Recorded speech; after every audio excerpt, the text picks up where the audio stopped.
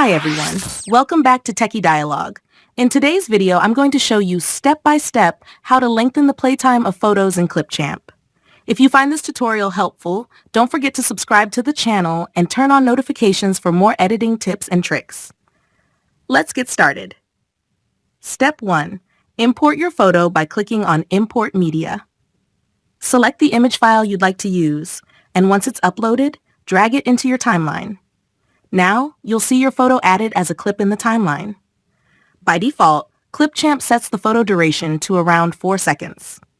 Step 2. To change the playtime of your photo, hover over the edge of the photo clip in the timeline. Click and drag the edge outward to increase the duration, or drag it inward to make it shorter. As you adjust, you'll notice the duration time updating on the timeline, so you can set it exactly as you need. And that's it.